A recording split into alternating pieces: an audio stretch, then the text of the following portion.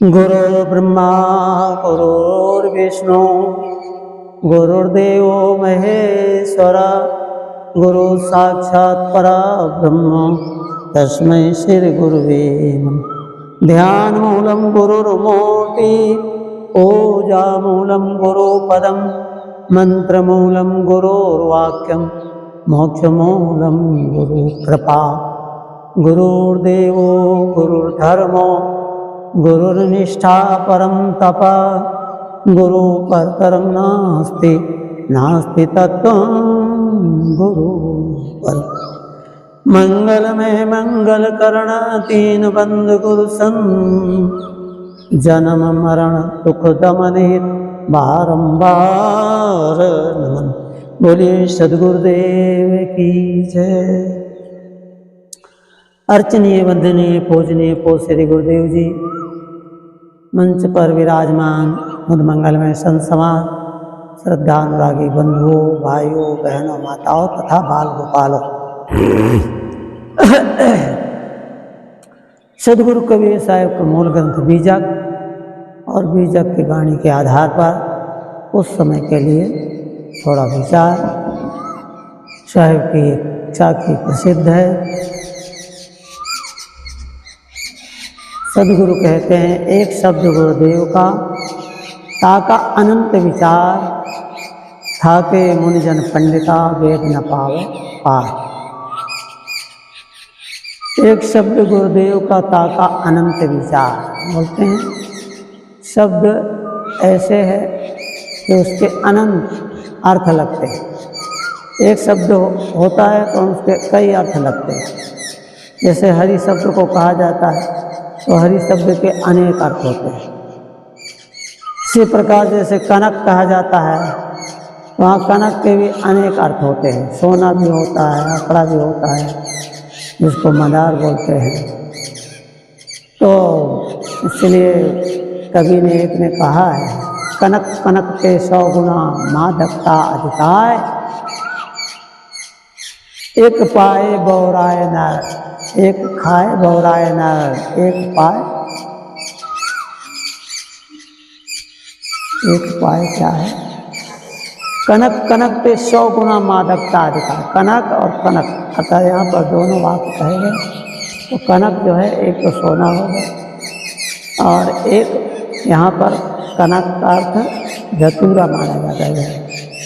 तो कहते हैं कनक कनक पे 100 गुना मादकता अधिकार, एक खाए बौराए ना, जैसे धतूरा है तो उसको खाए से बौरा जाए मतलब पागल हो जाता है। और एक पाए में अहंकार आ जाता है, अभिमान आ जाता है सोने से। तो वहाँ सोना कनक का मतलब सोना भी होता है, कनक का माने धतूरा भी होता है। तो शब्द है, तो शब्दों के अनेक अर्थ होते हैं।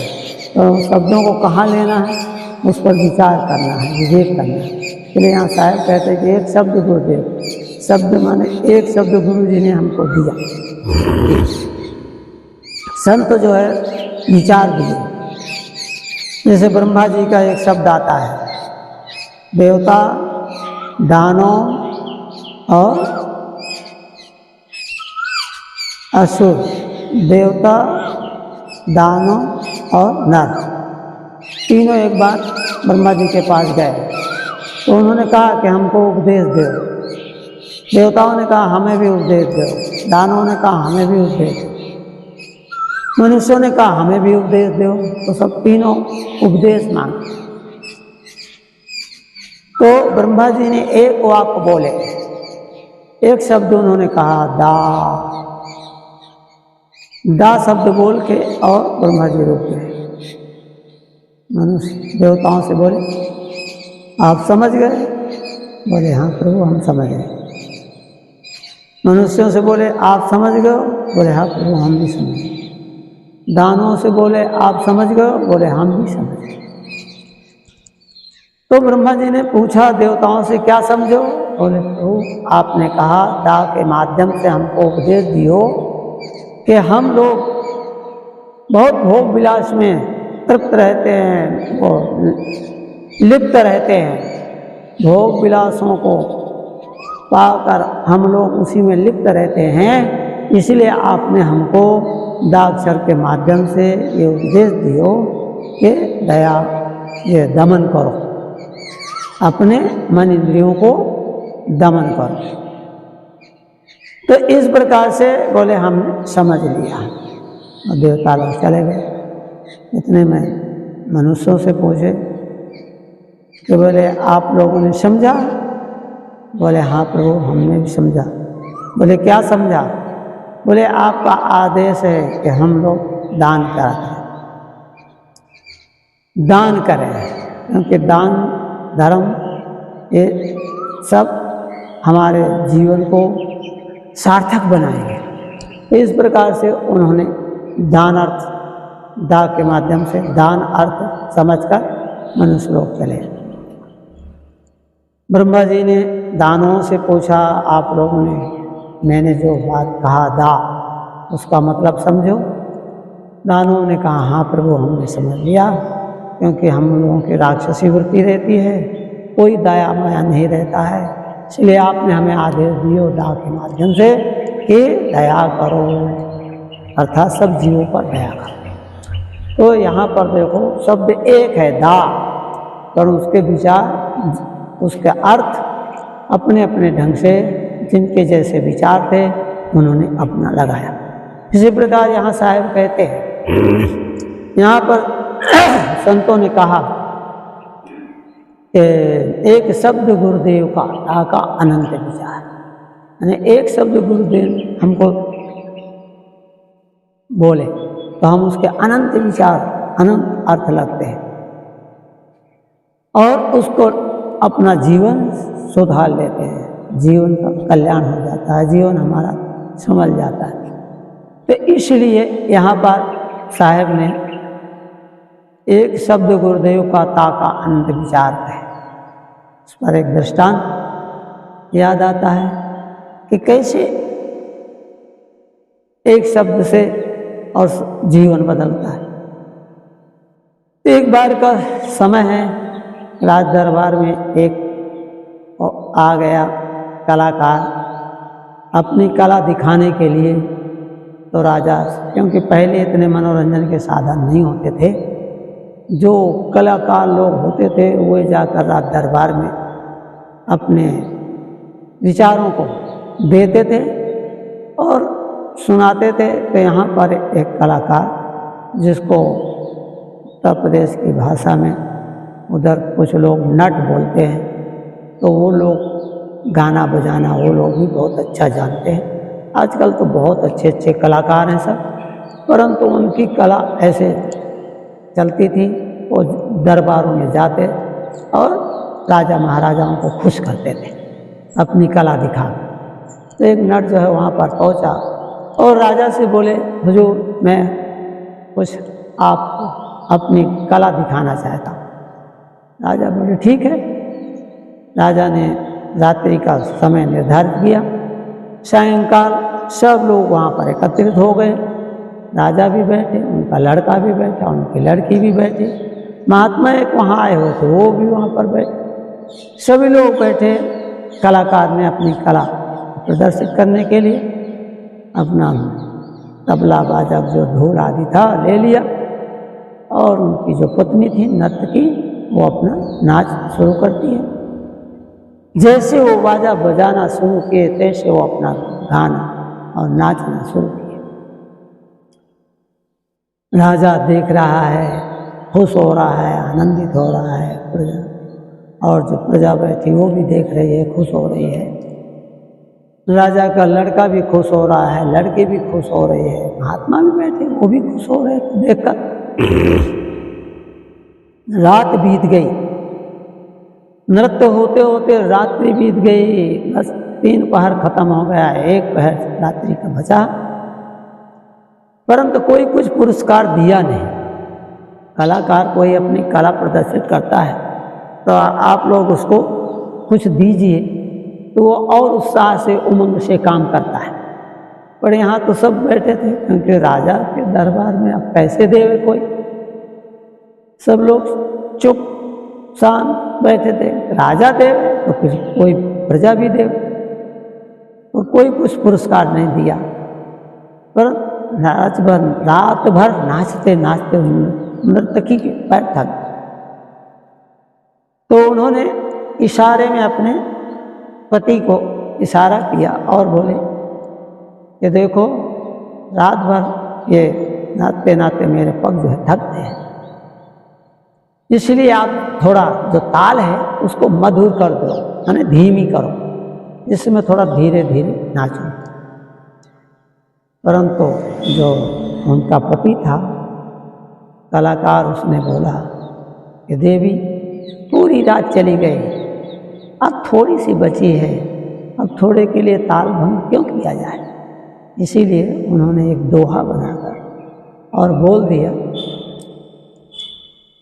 कि बहुत गई थोड़ी रही, थोड़ी भी अब जाए, तालम भंग न कर नटनी, नहीं जग लोग हंसाए। बोले बहुत गई थोड़ी रही, अरे थोड़ी भी अब जाने वाली है, इसलिए कोई ऐसा ताल में भंग ना करो, जैसा चलता है उसे चलने दीजिए, नहीं तो सारे संसार के लोग हंसेंगे और हमारी बदनामी हो जाएगी। इतना सुनते ही कि बहुत गई थोड़ी रही, थोड़ी भी अब जाए, जो महात्मा बैठे थे, कीमती शाल ओढ़े बैठे थे, उन्होंने अपना शाल उतारा और वो नर्तकी को थमा दिया। ये तो शाल इतना कीमती पाकर वो खुश हो गई। थोड़ी देर में राजा का लड़का उठा, उसने जो अपने हीरो की जड़ी अंगूठी पहने हुआ था वो अंगूठी निकाल करके नर्तकी को दे दिया। नर्तकी तो और खूब खुश हो गए। अब देखो उसका उत्साह बढ़ गया, उमंग आ गया। जहाँ धीमी बात नाचना था तो हार खूब थिरक थिरक के चारों तरफ घूम घूम के खूब नाचने लगे। इतने में थोड़ी देर बाद राजा की जो लड़की बैठी हुई थी, उसने जो हीरो का हार पहने हुई थी, वो हीरो का हार उतार करके और उसको नर्तकी को दे दिया। नर्तकी इतना पुरस्कार पाया, वो तो धन्य धन्य हो गई, उनका जो कार्य था सफल हो गया। क्योंकि उनको चाहिए क्या था, सम्मान पुरस्कार चाहिए था, वो पाकर इतना धन्य धन्य हो गई। परंतु राजा के मन में बहुत वो हो गया, क्योंकि राजा कुछ करता नहीं था, राजा ने देना चाहिए था राजा को पहले। परंतु राजा के मन में बड़ा हो रहा, कोई उत्साह नहीं, कोई उमंग नहीं, बल्कि इनको देते होते देख करके उनको बहुत दुख हुआ। और वो नृत्य इतना पा गया, सुबह हो गया, वो अपना आसन बासन उठाया और अपने जहाँ ठहराया था राजा ने वहाँ पर ठहर गए। सुबह हुआ, स्नान ध्यान तो क्या राजा को लगना था, कुछ न कुछ ऐसा करने के बाद दरबार में पहुँचा और उस महात्मा को बुलाया, अपने पुत्र को बुलाया, अपनी लड़की को बुलाया। जब तीनों आ गए तो उन्होंने, राजा ने कहा, मैं आप लोगों से एक बात जानना चाहता हूँ। महात्मा से उन्होंने पूछा, मैंने इतना कीमती शाल तुमको दिया, पर तुमने ये शाल जो मैंने दिया उसको आपने उस नर्तकी को दे दिया।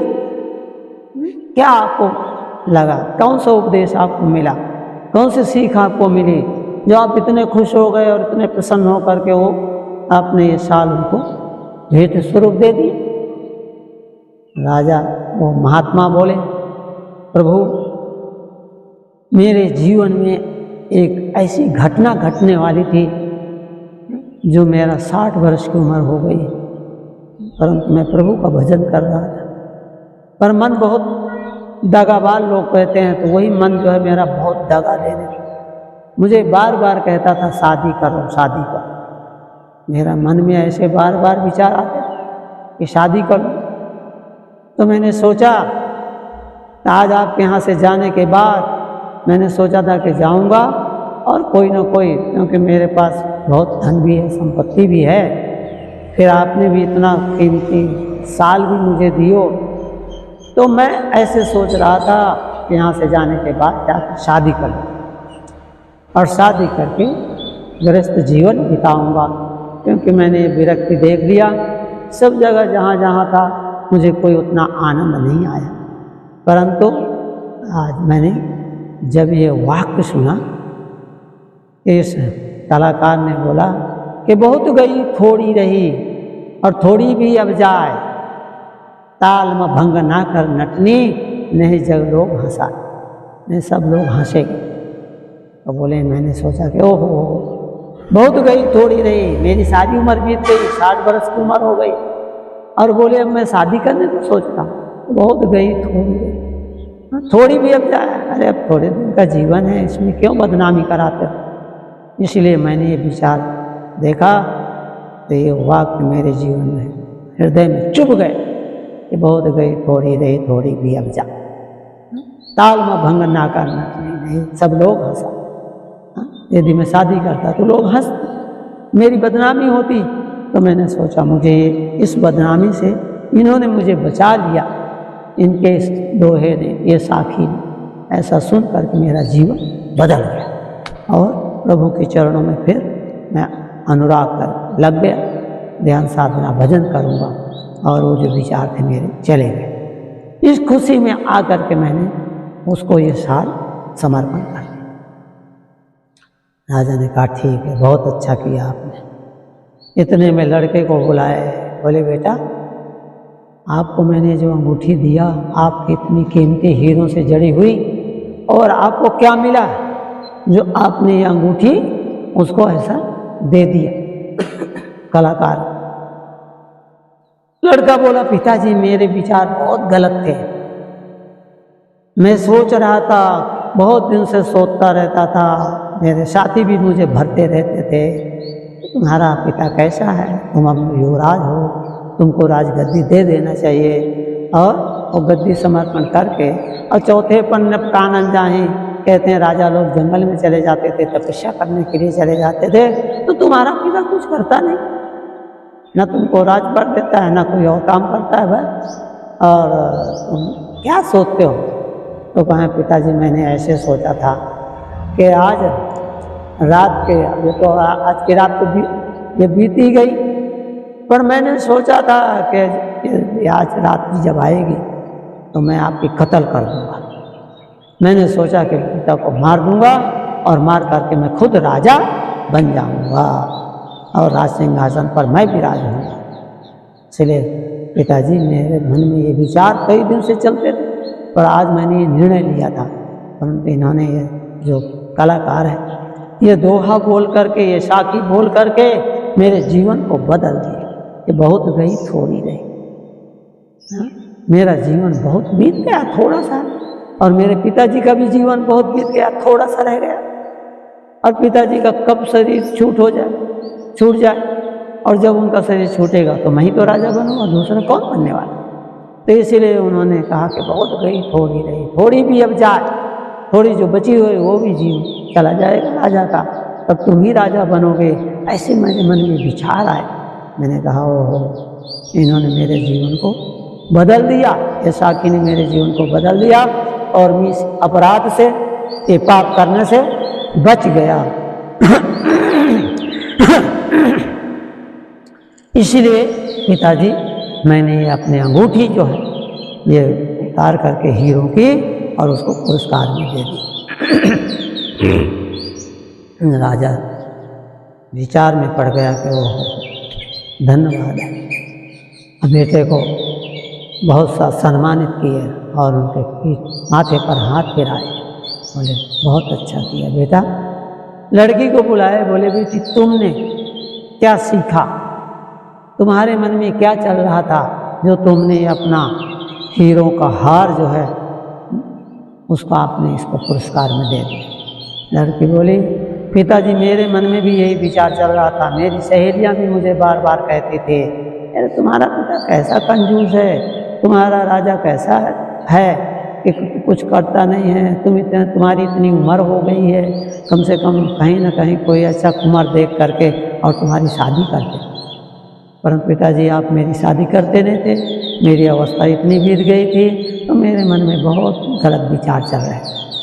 और मैंने ऐसे सोचा था कि आज की रात बीत जाएगी, तो मैं मंत्री के लड़का से साठगांठ कर लिया था और उस लड़के को लेकर के भाग जाऊँ और कहीं चले जाएंगे, दूसरे राज्य में चले जाएंगे और वहाँ जा कर के हम अपना जीवन सुख में शांति में बिताएं। ऐसे मैंने सोचा था पिताजी। परंतु इस जो कलाकार है, इन्होंने जो ये दोहा बोला और इनका दोहा जो है मेरे जीवन में लगा, मेरे हृदय में जाके टच किया कि बहुत गई थोड़ी रही, थोड़ी भी अब जाए, ताल में भंग ना कर नटनी, नहीं सब लोग हंसाए।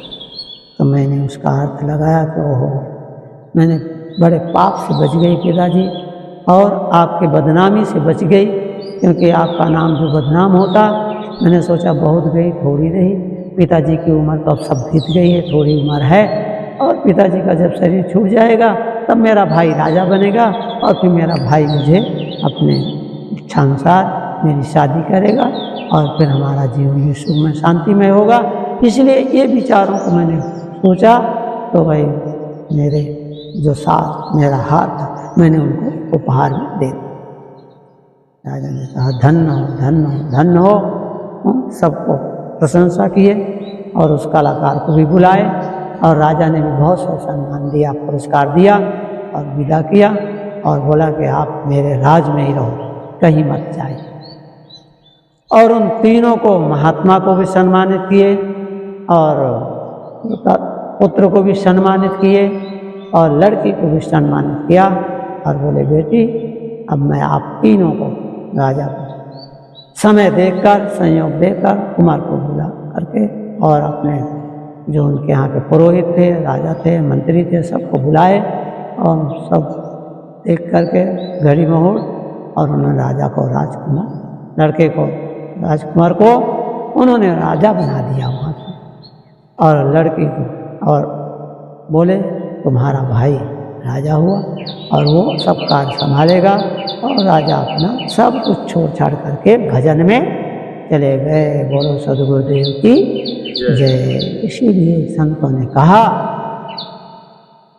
कि एक शब्द गुरुदेव का ताका अनंत विचार। देखो एक शब्द उन्होंने बोला कि बहुत गई थोड़ी रही, और उसके कैसे कैसे विचार, महात्मा ने अपने ढंग से विचार किया, राजकुमार ने अपने ढंग से विचार किया, लड़की के अंदर जो विचार थे उसके अपने ढंग से उनका विचार ले करके और उनका तीनों का जीवन कितना सुधर गया, समझ गया। इसीलिए आज जो भी लोग शब्दों पर विचार करते हैं, विवेक करते हैं, उनका जीवन भी ऐसे सुख में, शांति में बीतता है। इसीलिए यहाँ पर कहते हैं कि एक शब्द गुरुदेव का ताका अनंत विचार, अनंत विचार आते हैं। अनंत उसमें शब्द अर्थात उसमें अंदर में भाव भरे रहते हैं। इसलिए उन भावों को लेकर के जो लोग चलते हैं, शब्द के लिए शायद ने इसलिए बहुत जोर दिया। उन्होंने कहा कि शब्द संभाल के बोलिए, शब्द के हाथ न पाओ, एक शब्द करे औषधि, एक शब्द करे घाव।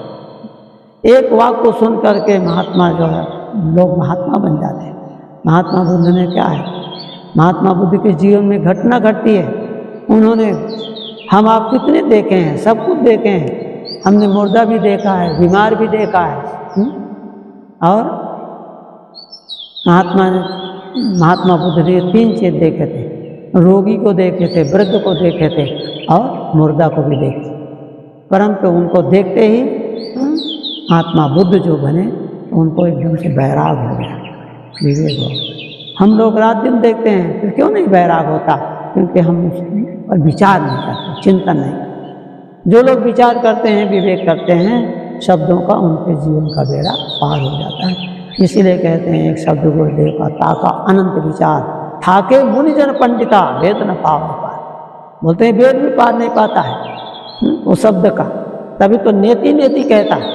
हम कहते हैं ब्रह्म हो गया, यह हो गया, तो सब वो भी नहीं समझ पाते। इसीलिए बोलते हैं शब्दों को सुनो और सुन करके समझो और समझ करके अपने जीवन का कल्याण करो। तो एक एक वाक्य में हमारा जीवन बदल जाए, ऐसे शब्द हैं। इसीलिए यहाँ पर थोड़ा सा मैंने विचार दिया उदाहरण के माध्यम से कि एक शब्द गुरुदेव का ताका अनंत विचार, ठाके मुनिजन पंडिता वेद न पावे पार।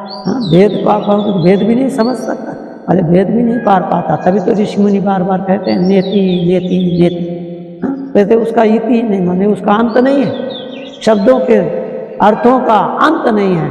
आप देखिए मूल शब्द बोलते हैं संत महात्मा, कबीर साहब एक एक वाक्य बोलते हैं, पर उनका भी अर्थ, तभी तो अनेक टीकाएँ बनती हैं। अनेक प्रकार से लोग, गीता है, कुरान है, वेद है, उपनिषद है, भागवत है, अनेक टीकाएँ हैं। क्यों टीकाएँ होती हैं? कि उनके अर्थ अलग अलग निकलते हैं।